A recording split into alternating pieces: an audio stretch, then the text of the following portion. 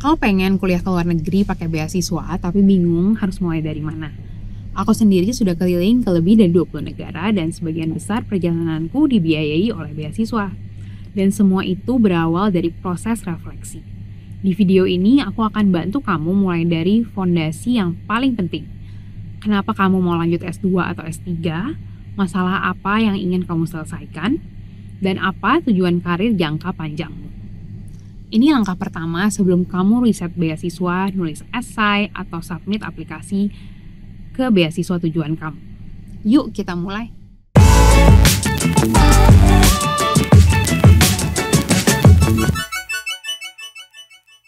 Halo, aku Grace, Scholarship and Travel Enthusiast yang udah keliling ke lebih dari 20 negara, mostly berkat beasiswa. Banyak orang langsung lompat ke cari beasiswa, padahal nggak semua beasiswa cocok sama kamu. Kalau kamu nggak jelas sama tujuan dan motivasi kenapa kamu mau apply beasiswa, nanti proses seleksinya bisa terasa berat. Bahkan esai atau wawancara kamu bisa terdengar sangat generik atau biasa aja.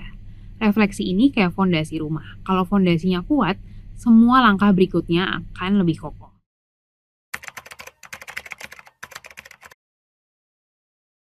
Sekarang ambil kertas atau buka notes di HP kamu. Tulis jawaban jujur untuk pertanyaan-pertanyaan ini. 1. Apa motivasi terbesarmu kuliah lagi? 2. Masalah apa yang ingin kamu bantu selesaikan? 3. Nilai apa yang ingin kamu perjuangkan? 4. Apa dampak yang ingin kamu ciptakan setelah lulus? 5. Kenapa bidang ini dan kenapa harus sekarang?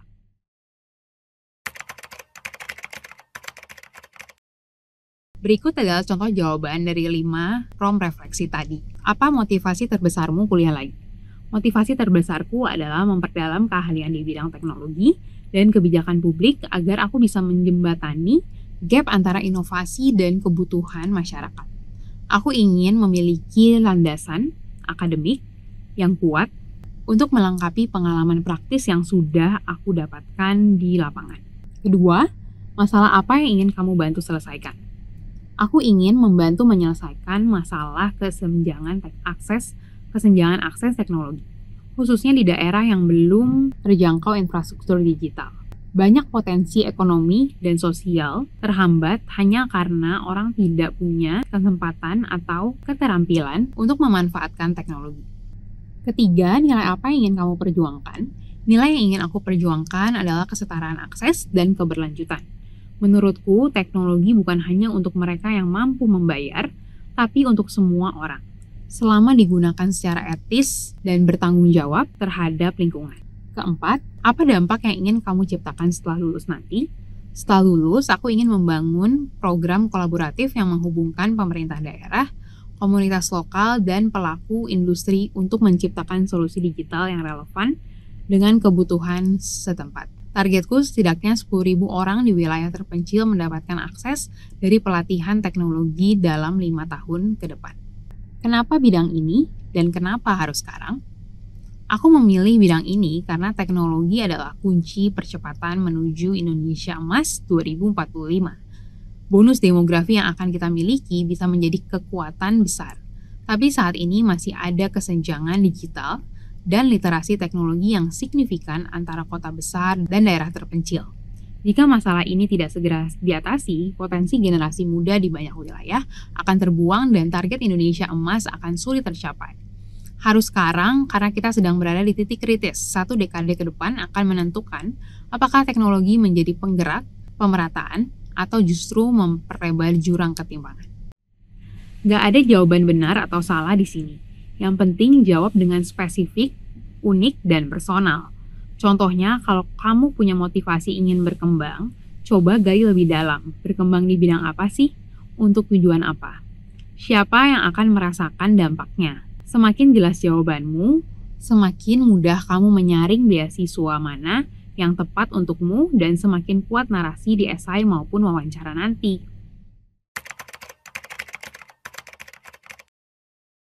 Waktu aku memulai perjalanan beasiswa, refleksi ini membantu aku menemukan program yang betul-betul selaras dengan minat, kemampuan, dan rencana masa depanku.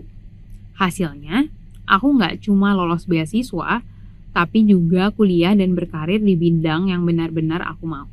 Kalau kamu skip tahapan ini, resiko terbesar adalah kamu terjebak di program yang nggak sesuai sama tujuan kamu. Sekarang, kamu sudah punya 5 fondasi penting. Yang pertama, apa motivasi terbesarmu kuliah lagi? Kedua, masalah apa yang ingin kamu bantu selesaikan? Ketiga, nilai apa yang ingin kamu perjuangkan? 4, apa dampak yang ingin kamu ciptakan setelah lulus? Dan 5, kenapa bidang ini dan kenapa harus sekarang?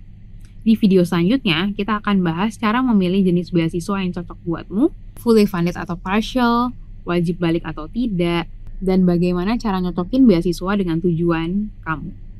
Sambil nunggu, kamu bisa cek juga video aku tentang 7 beasiswa kuliah gratis ke luar negeri, mulai dari Erasmus, SISGP, sampai beasiswa topikal seperti Swarman dan Human Rights Scholarship. Linknya ada di deskripsi dan akhir video ini. Kalau kamu belum download checklist reflektif ini, linknya juga ada di deskripsi. Atau kamu bisa komen mau dan nanti aku akan share guideline-nya. Tulis yuk di kolom komentar, apa alasan terbesarmu ingin lanjut S2 atau S3. Aku akan baca dan saling dukung lewat cerita kalian.